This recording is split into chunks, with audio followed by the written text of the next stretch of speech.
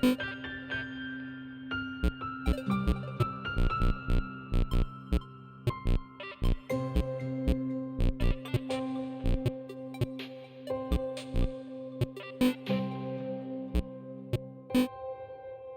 I'm Mike Bithell, and I made, well, this game, Thomas Was Alone. Thank you for buying a copy. That's very kind of you, unless you've pirated it, in which case, please go and buy a copy. It's in sales quite regularly, hopefully. It's weird speaking to you from the past. So, this is Thomas. He was named originally by the community. The game's name, Thomas Was Alone, was arrived upon by a friend of mine, who sarcastically suggested I should call the game Thomas Was Alone because that. So this is step one: side-to-side movement. If you're a platforming game fan, it should not present too much of a challenge to you. But here it's really just about easing the player into the way the world works, seeing gravity for the first time, understanding how falling feels, and then actually kind of talking about that in the voiceover to kind of have a bit of fun with it. It's also introducing the idea of jumping had to be right. It's kind of the main way you interact in this game, obviously. I did a lot of research. I got kind of obsessive about it. It took me, I was still fiddling with the jump physics, I think, about 3 weeks before I launched the game. So it's something that just got fiddled with and fiddled with and fiddled with. It had to feel right. And yeah, there's one problem here actually, and we'll talk about problems on this as well. I think the biggest issue here was the speech. This is a challenging jump, so this is a jump where the player can fail at it. So there's a gap, but the whole point of this level is to introduce the idea of jump distance and the fact that you can fall from a jump, but hopefully in kind of a safe environment. So here you can't die, you can't lose. All you're going to do is keep doing it until you succeed. And it's kind of a little bit easier than it looks as well. So hopefully, even if a player gets frustrated and just keeps clicking through it, they will actually eventually succeed. And yeah, and the voiceover kind of calls attention to that in kind of a fun way as well, just to kind of reiterate that to the player.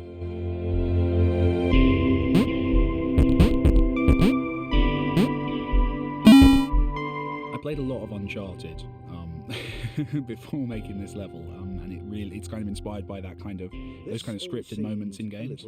I didn't do as many in the game as I kind of expected to at the start. There's a few reasons for that, but I guess the main one was that once the players so this is a subtle one, but it's kind of important. And I know I'm talking a lot about game design and introduction. This is by the way, this isn't like innovative in any way. This is Mario. This is every game you ever played. But I think it's kind of so here is kind of we're extrapolating on precision. It's essentially we've done it in the previous level. We've made you do it, and here we're kind of queuing up a few of those. So if you fail at one, you can actually force yourself to go back a couple of steps in the progress. This is kind of the first time we're challenging the player. I didn't add respawning to the game until about a month before release. It's a classic example of something that every playtest I ever did. So basically, if you died in the game previous to a month before it came out, you were basically reset the level. So it didn't matter how much progress you'd made, you'd reset the level to the very start of the level, your characters back where they started. Lighting. It's a weird one. The lighting. I didn't have lighting at one stage. There wasn't light. Then there was sounding a bit biblical. But as it went on, I kind of added that in. Initially, I was doing them by hand for every level, and basically this procedural system kind of came out of laziness. I didn't want to do that anymore. And weirdly, as a side effect of that, okay, so this is the moving platform corridor. This was an attempt to bring in something that's going to become very important in a very short amount of time, the moving platforms. It's really hard to introduce moving platforms because moving platforms move, and that makes them challenging and makes them kind of a complex interaction. So what the corridor here allows me to do is introduce you to the idea that sometimes the ground moves, but in a way that doesn't actually kind of... This is the most important level in the game. This is the point where I basically get to the point. And arguably I should have done it a little bit sooner. However, this is where it is, and that's fine.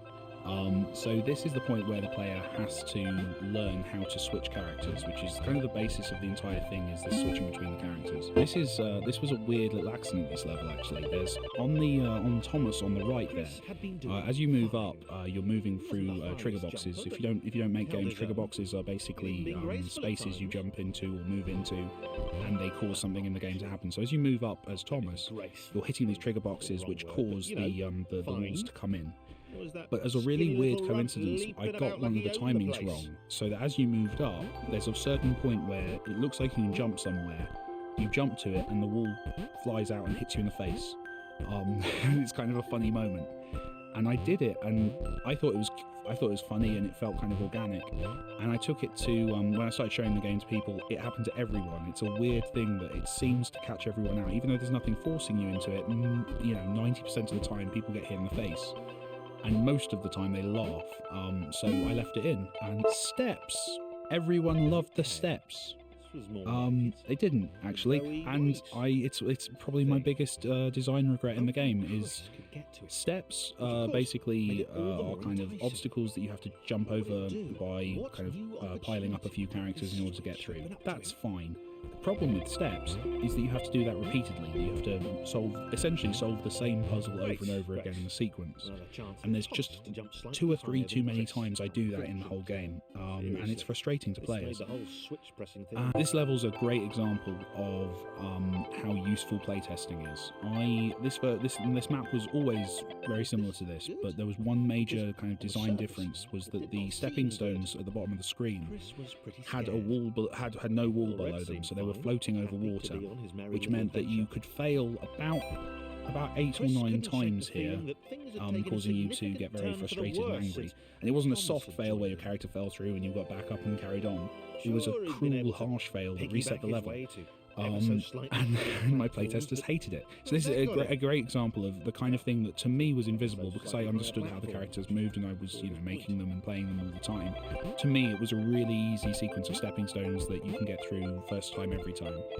But once I put it in front of playtesters, I got emails from people saying it was taking them like 45 minutes to get through this level because of that problem. So just sticking a wall underneath. I kept the water because it looked nice, but Danny really, well, I should have mentioned Danny a little bit sooner.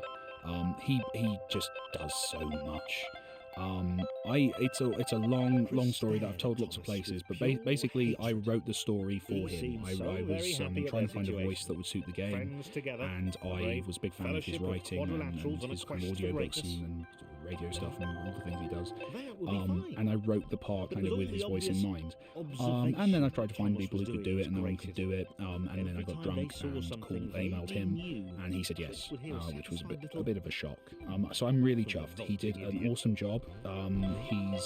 He's been really cool with the game. He's talked about it. He's been lovely, and he's just a really nice chap. He's also really fast. I'm recording this after recording some other stuff with Danny, and he's amazingly quick at what he does. I'm doing a much worse job, and the people in the booth are getting bored, I imagine, at this point.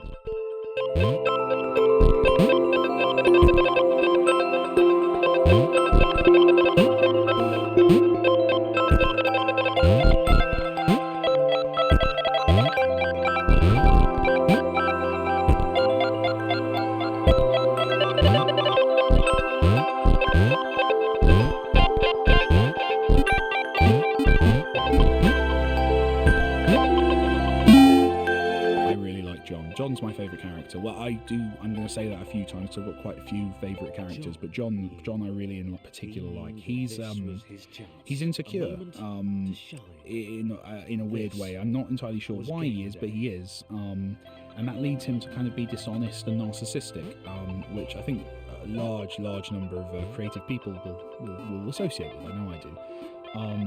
And he's so he's a really interesting character. I like the way he grows.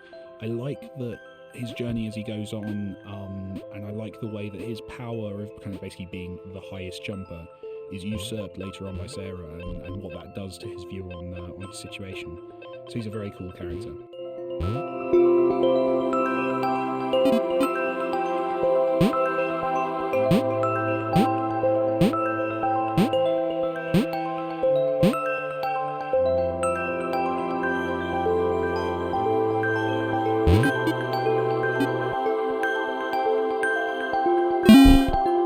This is another level actually from the original Flash game, which obviously I tweaked and kind of brought across. I really liked the idea of confined spaces as applied to this game, because with large spaces, having multiple characters with different abilities kind of hopefully feels kind of empowering, feels like you can do anything and get anywhere. Putting them into a confined space kind of becomes an interesting kind of jumble. They get in each other's way, they trip over each other. There's a nice little bit of narration here that kind of highlights that stuff. But it was just something that this level exists solely to allow the player to feel their way into John. This is a chance for you to basically make him jump properly for the first time, and hopefully because of the constraints in the last level, that feels awesome. And I actually use the word awesome in the narration just to push you in case that's not how you're feeling. You should, it's a very good game. And then yeah, so you've now got access to this awesome jump, and you can do what you feel.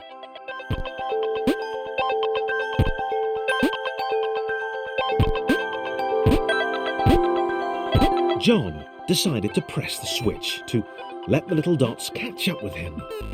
John cared for his new allies. You could tell from the sympathetic expression he practiced in the mirror all these years.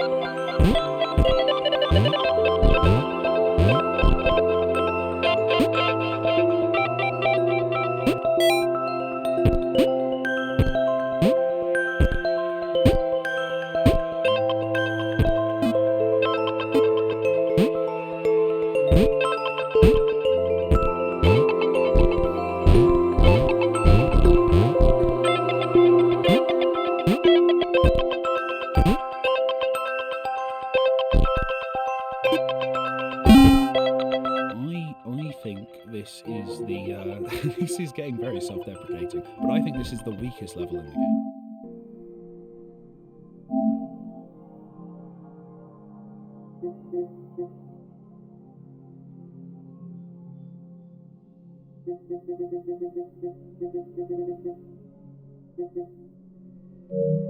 It's a lot better than it was, but it was not.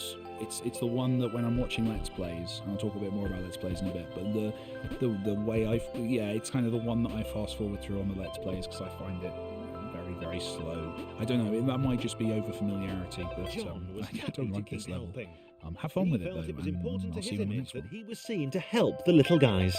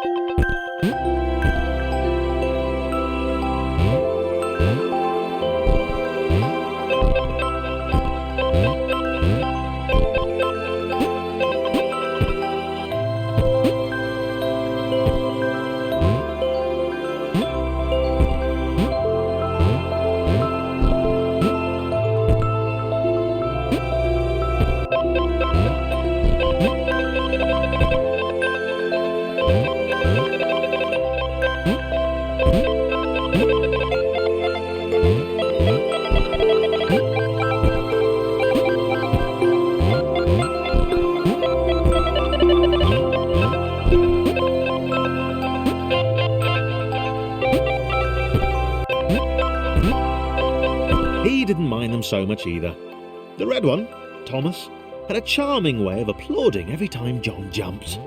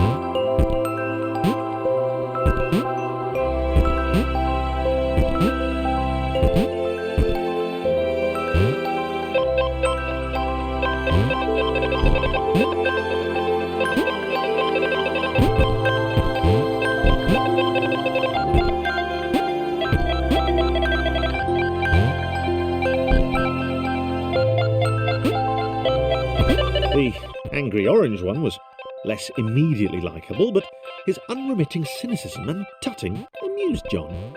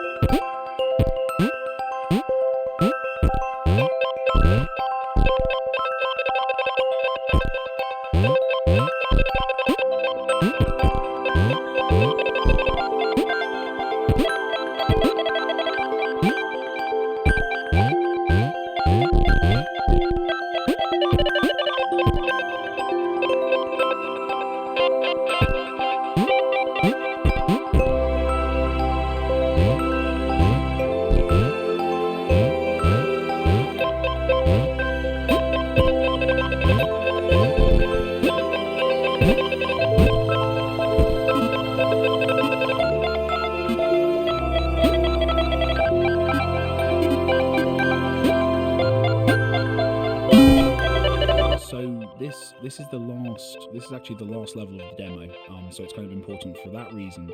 But the kind of the big design lesson here, and you'll notice I guess like the lessons are slowing down at this point. But the big lesson here is that there's a temporary portal success. So previously all the portals have sat on a static ground. So you queue someone up, you queue someone up, you queue someone up. With this one, you have to finish this level by having Thomas falling through that portal. And it's hopefully it's kind of safe. If you miss your timing or you get him through early, you can always catch back up with yourself. So it doesn't punish you if you don't get it immediately. But it's something I really wanted to do later on, and there's quite a few places where I play with this idea. So yeah, it's that basically. It's a way of introducing that, and hopefully kind of hints at the possibilities if you're playing the demo of kind of where the game can continue on from there.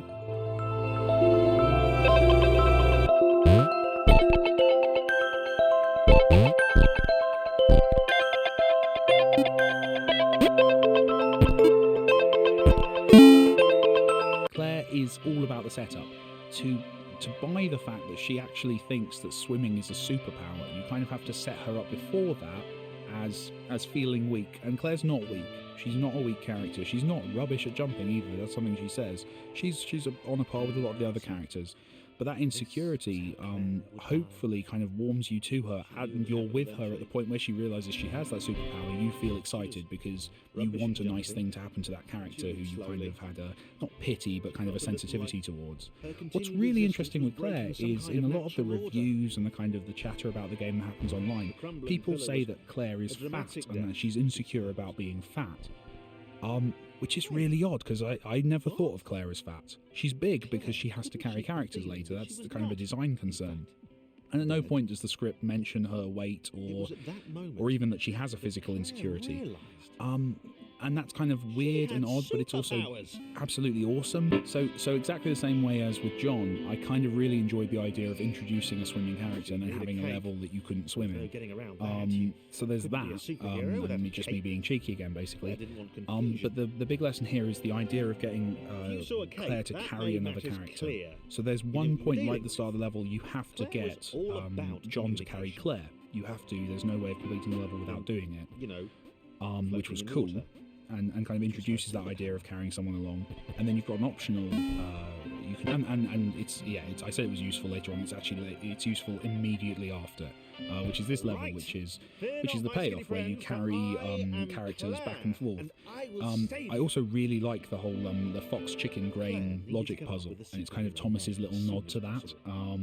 It's just something that people hopefully kind of will work out and kind of start to see what Claire can do and start planning out with that ability in mind in later puzzles.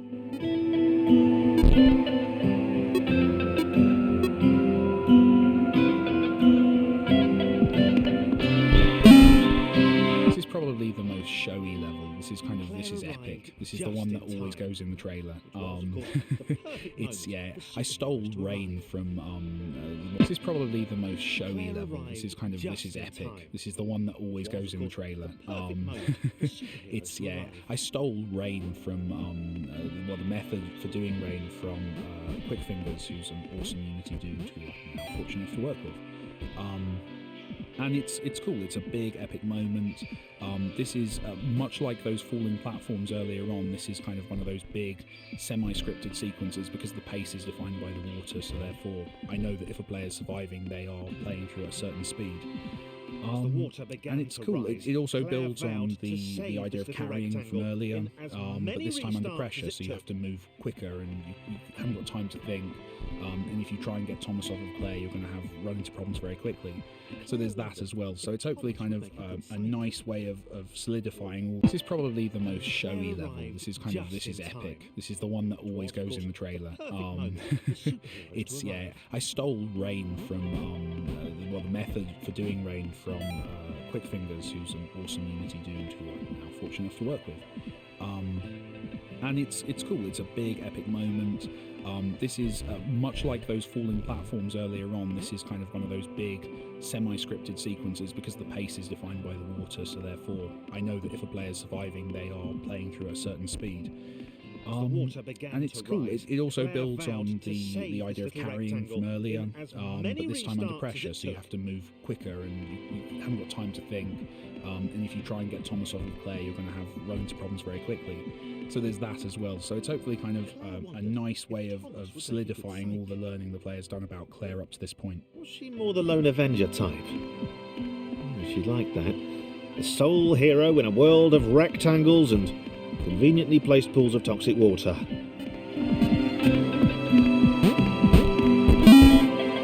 Steps. I'm so sorry. On the upside, two things. One, I changed the shape of the steps, which I feel kind of massively improves them. And two, I then sarcastically make a joke about steps in the script. So you can laugh with me at my lack of design ideas up to this point. The others told Claire that staircases were a bit of a fixture here. Claire wondered why the world made it so difficult.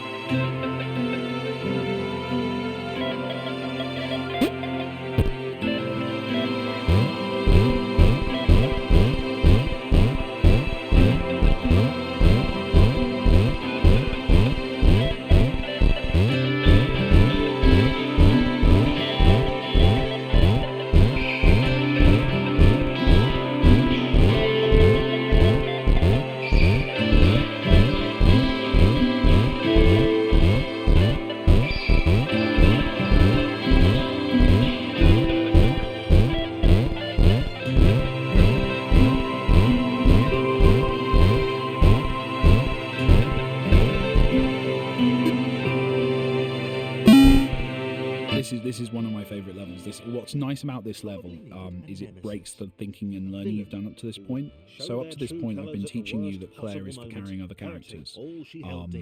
If I'd not done that, this level would be a lot easier. It's because you've been told to carry characters for every level up to this point, your automatic reaction to a body of water is to jump Claire in and pile up all your characters, and that's not the solution. I love the fact that this puzzle kind of only exists in the head of the player, and it's great watching Let's Plays and when I was doing playtesting and taking it to events and stuff, that you actually see people performing the action you've taught them to do of getting the characters on top of Claire, and then realising that's not the solution, that the solution is much simpler than they think. And there's only a few places in the game I managed to pull that off, but I'm really, really happy with this one.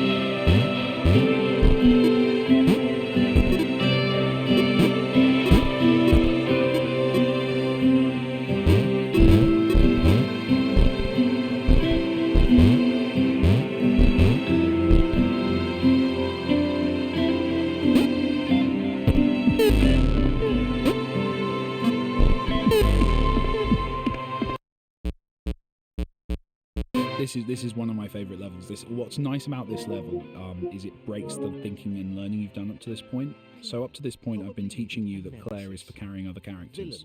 If I'd not done that, this level would be a lot easier. It's because you've been told to carry characters for every level up to this point, your automatic reaction to a body of water is to jump Claire in and pile up all your characters, and that's not the solution. I love the fact that this puzzle kind of only exists in the head of the player.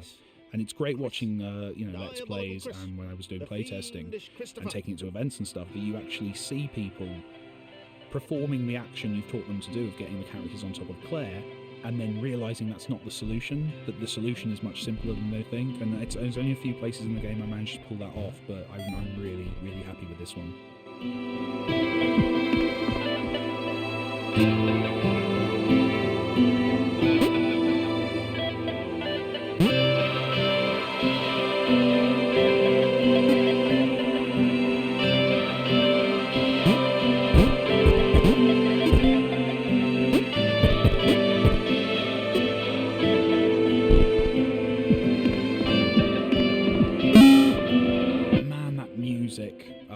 David came in, he came in pretty early. Basically, the original Flash game had no music, and one of the biggest criticisms was that there was no music, there were no sound effects either. So I had to get someone, and I kind of fortunately found David through a friend of a friend of a friend of a friend, and he did a cool little demo, which is now actually over the end credits, and he was awesome. I got him in. He wrote this amazing piece of music for each kind of chapter of the game. Basically, the way we worked is I would send him kind of the emotional script for the game of how the character's feeling, what's the setup here, and he'd work from that and kind of build a piece of music. About halfway through development, I made his life a lot harder because I decided I wanted a randomized procedural system, so you'll never hear the game too obviously loop. They're basically little sequences of music that kind of get piled up in interesting ways. And he was really good. He was really good with that. He split up what he'd already made and made it work, and then every track from that point on used that system really, really well. So he was really adaptive, and he's awesome. And he's like 14. Well, he's not 14, but he's very young, and it frustrates me how talented he is. I had a really good time working with him. So thank you, David.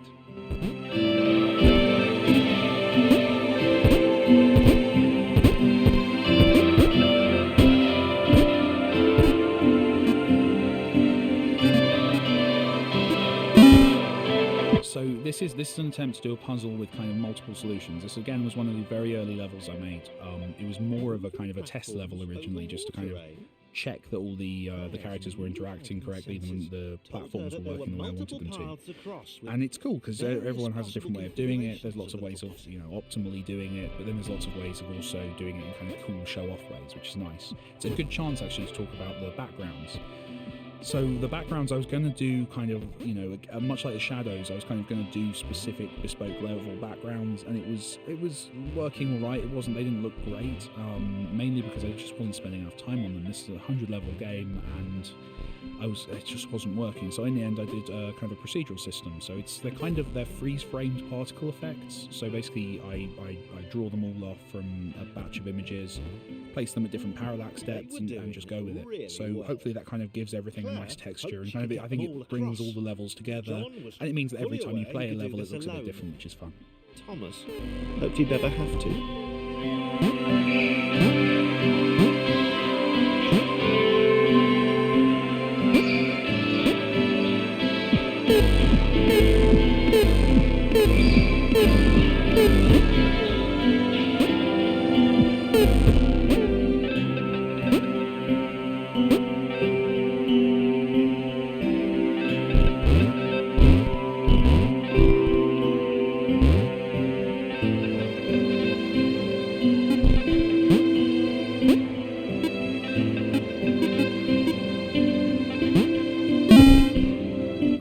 This is where I introduced spikes. I needed a hazard. I needed two things. I needed a hazard that Claire couldn't get past, so not water, basically, something that she could get hurt by. And I also needed a hazard I could put on ceilings. I did actually try, because it's all in a virtual world. I was like, oh well, it's fine. I'll have upside down water, and it looked rubbish, as I'm sure you'd expect. So the spikes got added. I introduced them specifically just with Claire, just so you can, as a player, learn that Claire is actually going to be damaged by them, and it kind of just changes the relationship a little bit between Claire and the environment, and hopefully in a safe way. This level is pretty straightforward. Kind of defeats the object. Spikes? That was new. Claire avoided them. She decided they were most likely her kryptonite. Not the rubbish red kryptonite either, the proper radioactive green stuff.